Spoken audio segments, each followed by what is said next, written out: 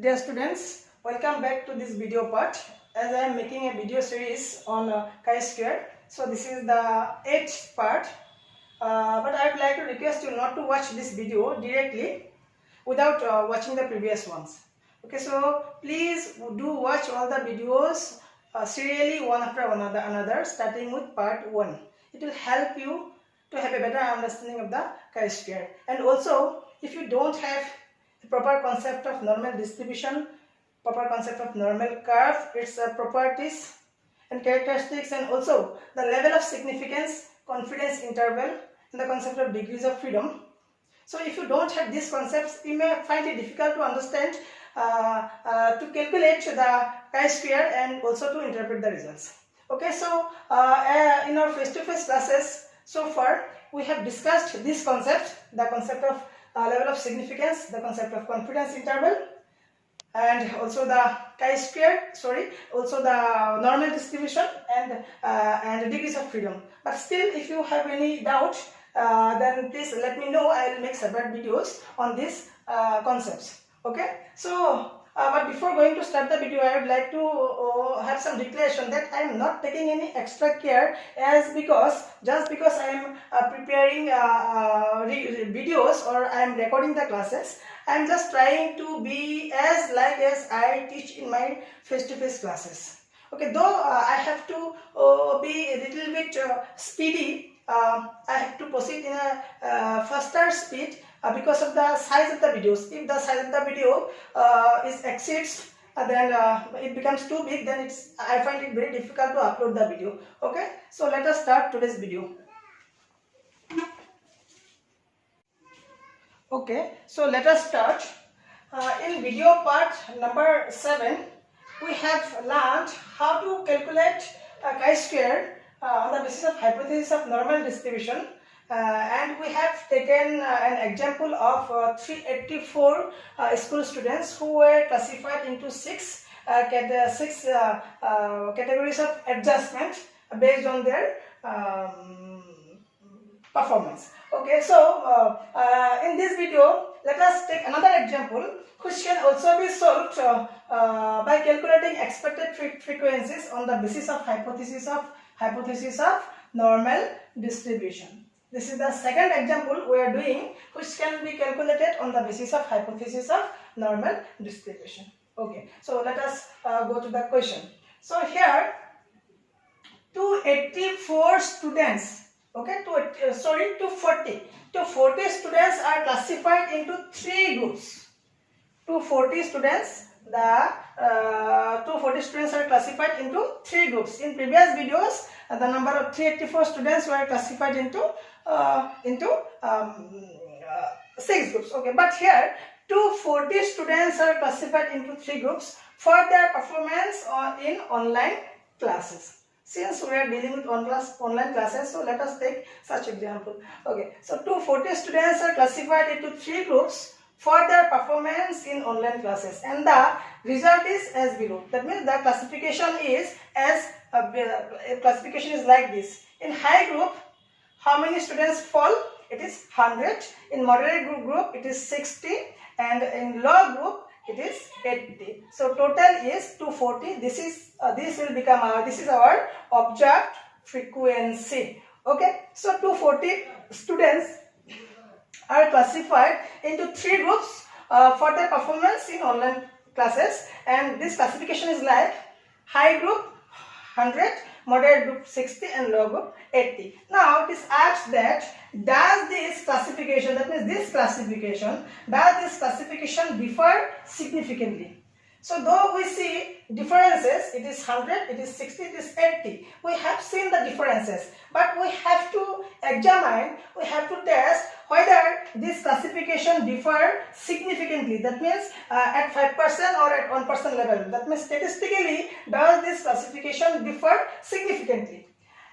If it is supposed to be distributed normally, and this classification, if we assume or if we supposedly take this classification is based on normal distribution, if it is supposed to be distributed normally, or if we supposedly take this classification is based on normal distribution, then we have to see whether there exists significant difference whether there exists statistical significant difference. So since this classification is distributed normally, we need to assume this, it is distributed normally. That's why in this example also we have to calculate the expected frequency on the basis of normal distribution.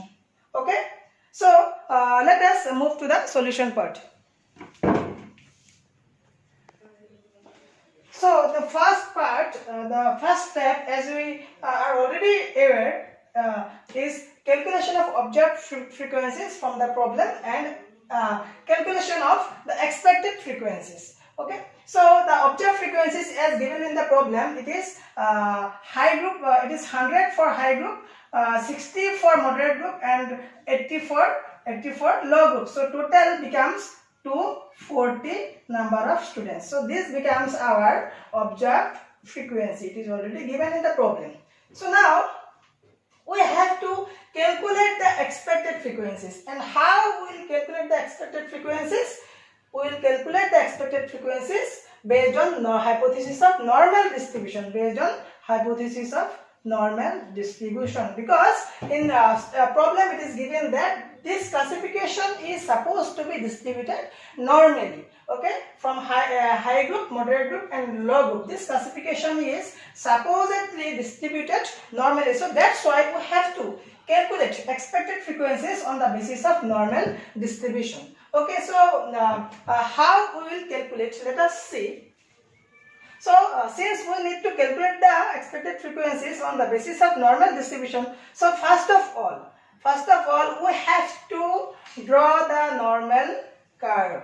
Okay, and after that we need to divide the entire area under, you can say, 100%, or we also know that there are 10,000 cases. Okay, 10,000 cases under normal curve, or you can say 100%. This 10,000 you can say 100%. So okay, so you have to equally divide the entire area under normal curve to these 3 number of groups.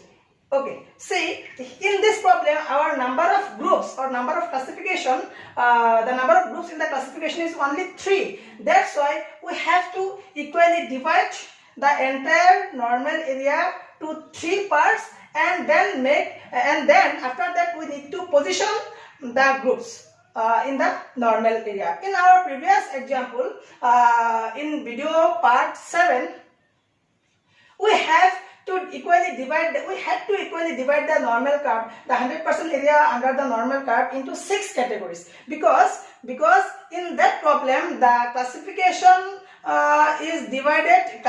is made into 6 groups. Okay, সেইটো গ্ৰুপত 6টা classification আছিল, সেই এক্সাম্পলটোত 6টা group আছিল classification, but now in this problem we have only 3 groups. Okay, so we have to divide this 100% area into 3 equal groups, 3 equal parts. Okay, say for example this becomes our mean. Okay, we all are aware about the normal curve and its characteristics and its properties. Okay, so this is the mean. We know above mean there are 3 standard deviations, and below mean there are 3 standard deviations. Above mean 50% area false, and below mean 50% area false. Below mean 50% area false, and above mean 50% area false. And this 50% area is covered by 3 standard deviations. That is plus 1 standard deviation, this is plus 2 standard deviation, this is, say for example, this is plus 3 standard deviations. Similarly, below mean there are 3 standard deviations. It is minus 1 standard deviations, this is minus 2 standard deviations, and this is minus 3 standard deviations. Okay, so this is the area. This is the area under normal curve. Okay, so we have to equally divide.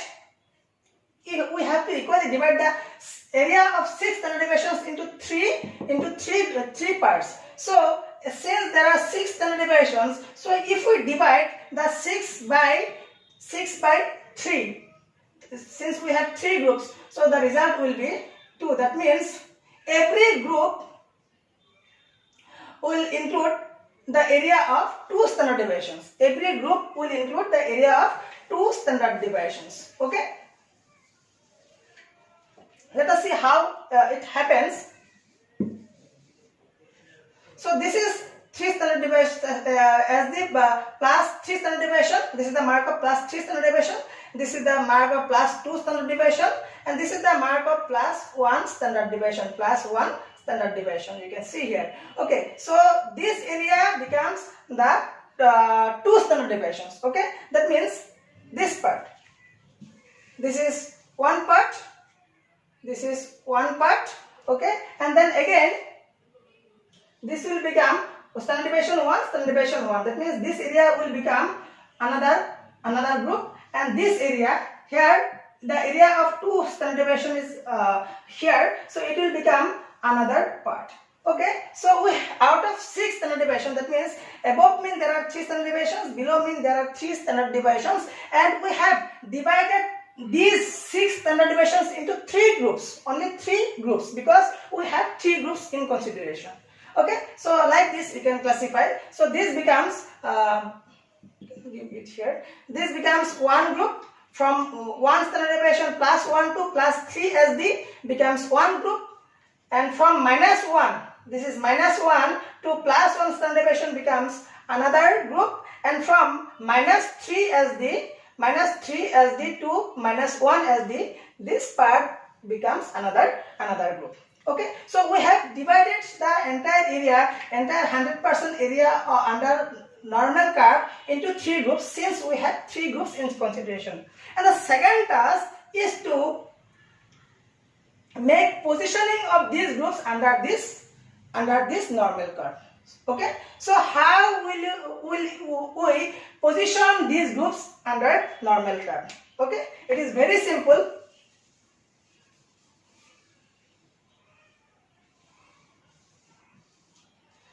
Since it is high group, this classification is based on normal distribution, and it is on the basis of their performance in online classes. It is given in the question. So this is the high group. So definitely this high group will fall in this side. That means above mean. Okay. So this part will include the high group. This you can write here. This part will include high. This part will include high group. Okay, H. Say for example, this 2 standard deviation. So high group includes area from plus 1 standard deviation to plus 3 standard deviation. It becomes the high group. Okay. Then similarly, moderate group will lie in between. That means this will moderate group. Okay, we have to make positioning like this. Okay, this will become the moderate group from minus 1 SD to plus 1 SD. And similarly, low group will lie below the mean, so it will become the low group. That means from minus 3 SD to minus 1 SD. This will become the low group. So in this way, we have to position the groups under the normal curve. Okay, so after that we have to calculate the expected frequencies. Okay, let us see how you can do that. Okay, so these are the this table you have to prepare. In the first column you have to give the groups. That means this is the high group, this is the moderate, and this is low group. Okay, so in the next column we have to write areas under NC means normal curve. Areas under normal curve. That means normal curve under kiman percent area high group to cover korise. So as we have make the position of the high group, and high group falls from 1 standard deviation to 3 standard deviation. So we have to identify what percentage of cases fall between 1 SD to 3 SD. Plus 1 SD to 3 SD. What percentage of cases lie between 1 plus 1 SD to plus 3 SD? Okay. So as we know, from 1 SD to 2 SD, what percentage of cases fall? It is 13.59. 13.59% cases fall from 1 SD to 2 SD. Again, from 2 SD to 3 SD, what percent of cases lie? What percent of cases lie? It is 2.28%. It is 2.28%. So we have to add this percentage and this percentage, because the group, high group, include the area from 1 SD to 3 SD, and that's why we have to calculate this number, this value and this value. By adding this, we will find 13.59, 2.28, 17.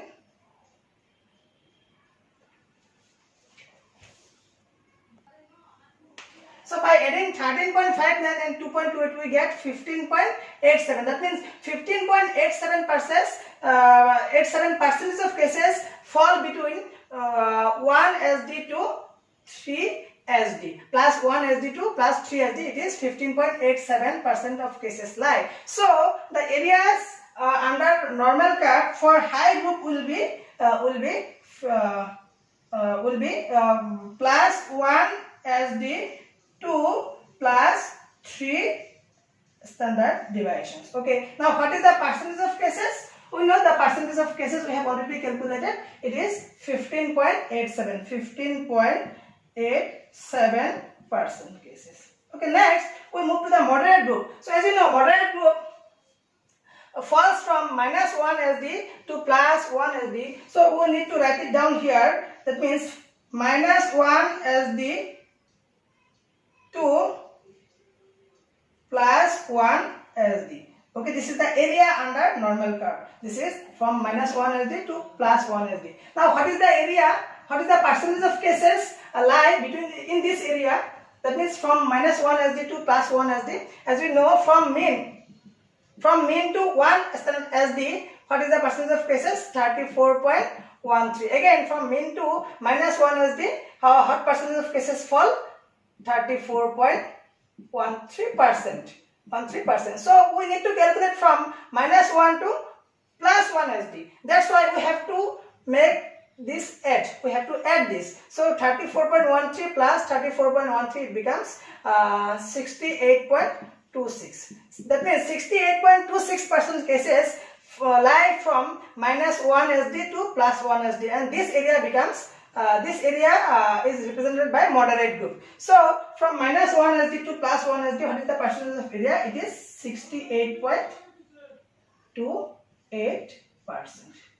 Okay. And the third group is our log group. So what is the area under normal curve for log group? It is from minus 1 SD, from this point to this point, from minus 1 SD to minus 3 SD. Okay. So you need to write it down here, minus 1 SD to minus 3 SD, this area. And after that, you need to calculate the percentage of cases in this area from minus 1 to minus 3. What is the percentage of cases? We know from 1 to minus 1 to minus 2 standard deviation, what is the percentage of cases? It is 13.59%. And from 2 to 3 standard deviation, it is what? 2.28%. So from minus 1 to minus 2 SD, the percentage of cases is 13.59, and from minus 2 to minus 3 SD, percentage of cases is 2.28. So by adding this, we get again 15.87%. That means the log group. This was for the log group. So for the log group, the percentage of cases is again 15.87%. Okay. Okay, so our classification is already made. Now we can easily calculate the expected frequencies, like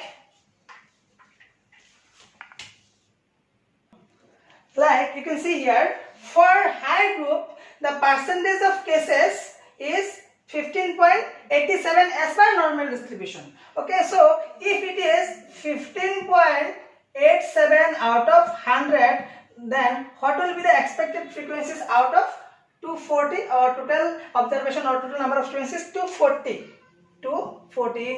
We need to calculate this. Similarly, for moderate group, the percentage of cases is 68.26. 68.28 as per normal distribution. So if it is 68.28 out of, sorry,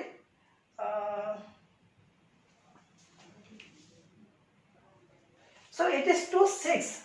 34.13 plus 34.13 is 26. Okay, so for moderate group, the percentage of cases as per normal distribution is 68.26. So if it is 68.26 out of 100, then what will be out of 240? Because 240 is our total number of students. We need to calculate here. And for similarly for log group, what is the percentage of cases? It is 15.87 out of 100. So what will be out of 240? We need to calculate.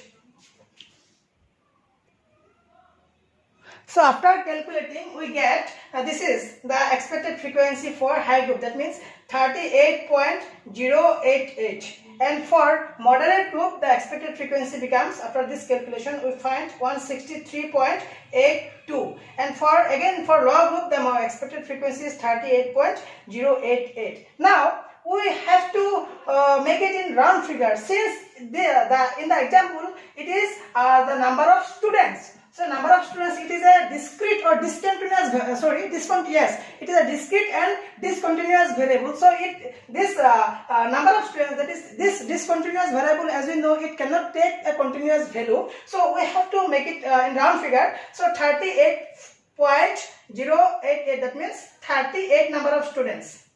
38 number of students is the expected frequency for high group, and 163.82, or you can say 164. This is the expected frequency for moderate group, and again 38.088 means 38. Again 38, this becomes the expected frequency for log group. Now this becomes our expected frequencies, and if we add the total, we will find 240. 848. Yes, 240.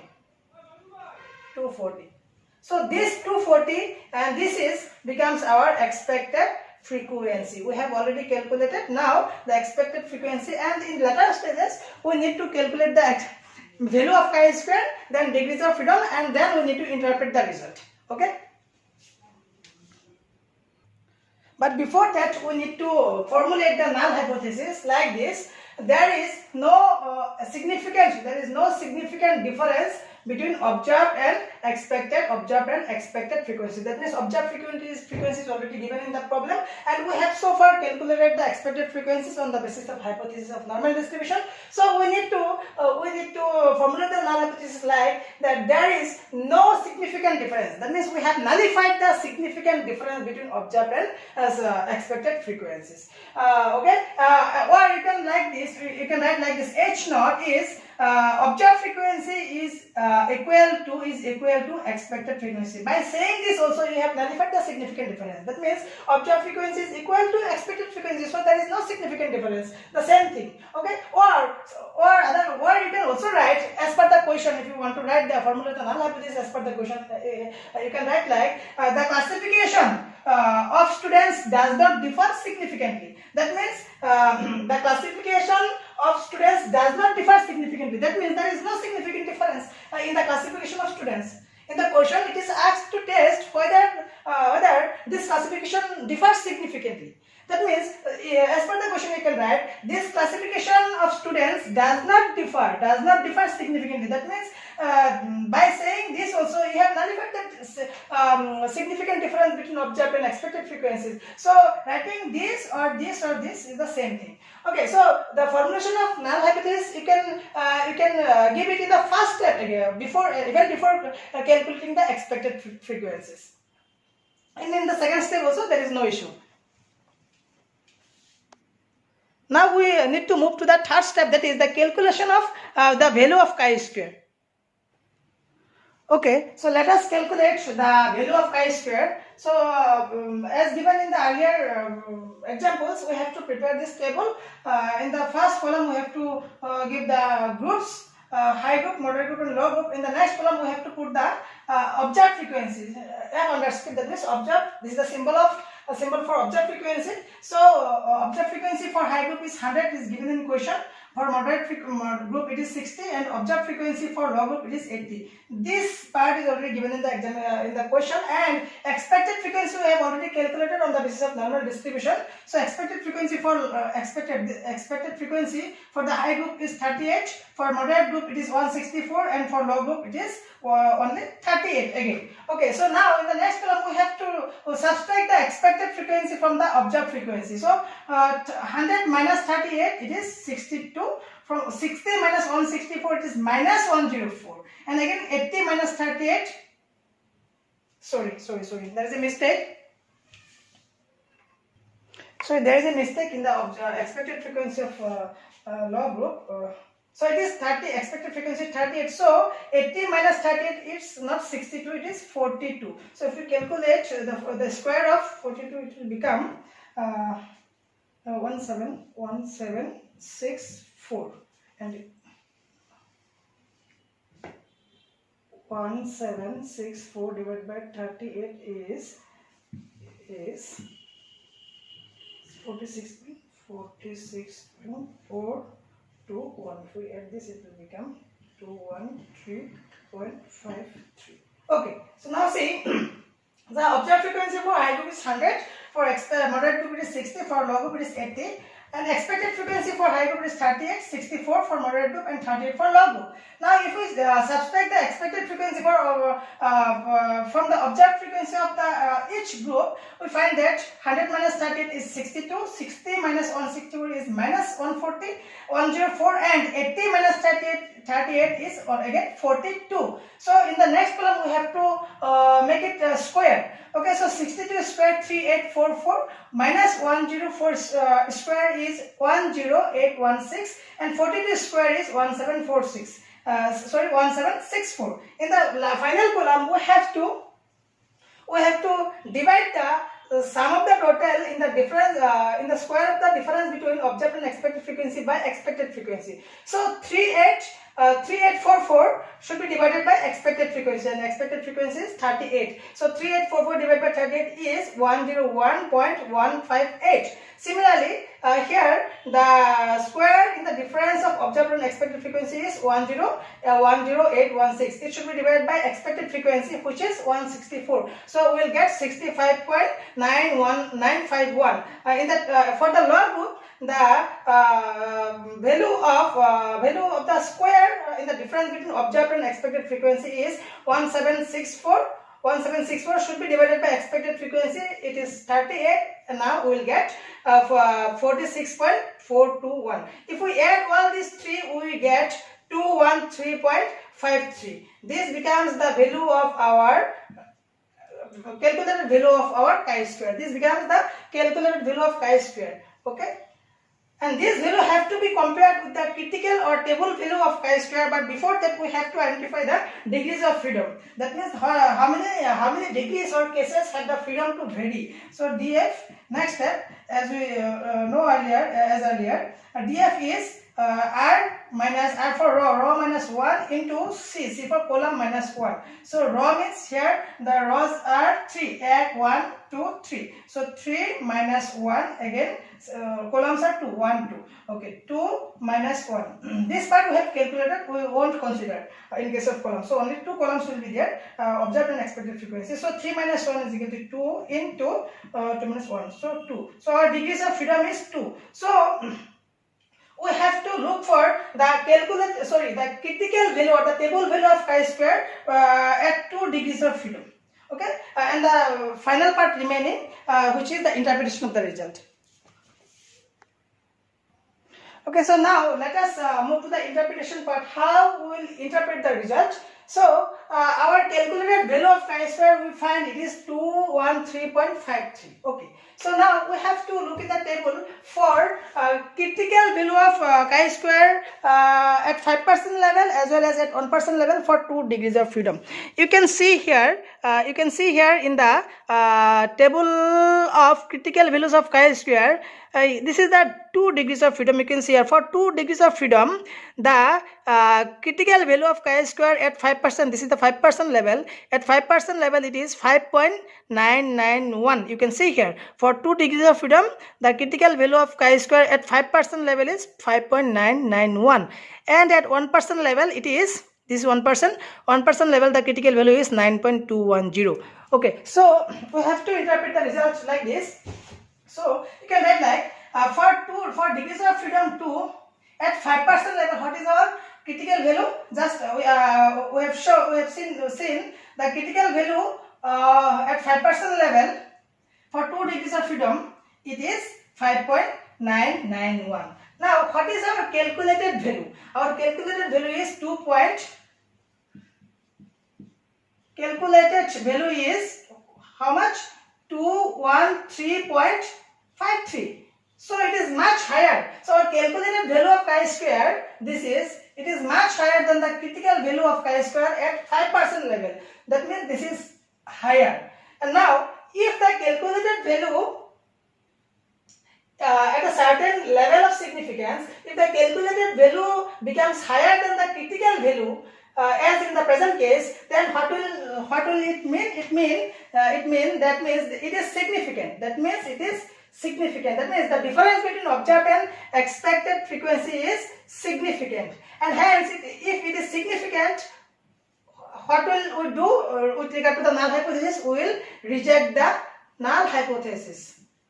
That means since the calculated value is higher than the critical value, it becomes significant. Means the difference between observed and expected frequencies is significant. And in null hypothesis, we had stated that there is no difference. There is no significant difference between observed and expected frequency. But now we have seen that the difference is significant. That's why we have rejected the null hypothesis at 5% level.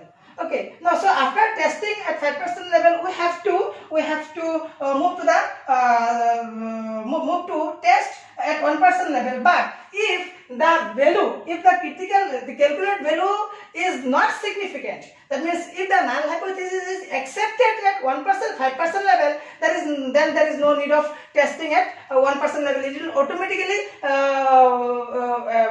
accept the null hypothesis. Okay, because always the critical value of chi-square at 5% is always less than the critical value of chi-square at 1% level. That means the critical value of chi-square at 1% level is always higher than the critical value at 5%. Okay, so at 5% level, since our calculated value is higher than the critical value, it becomes significant. That means the difference is significant. That's why we reject the null hypothesis, because in null hypothesis we stated that there is no significant difference, and we find existence of significant difference. That's why we reject the null hypothesis. Now we have to test the null hypothesis at 1% level. At 1% level, as we have seen in the book, the table value of chi-square, or you can say the critical value of chi-square is 9.210, and our calculated value is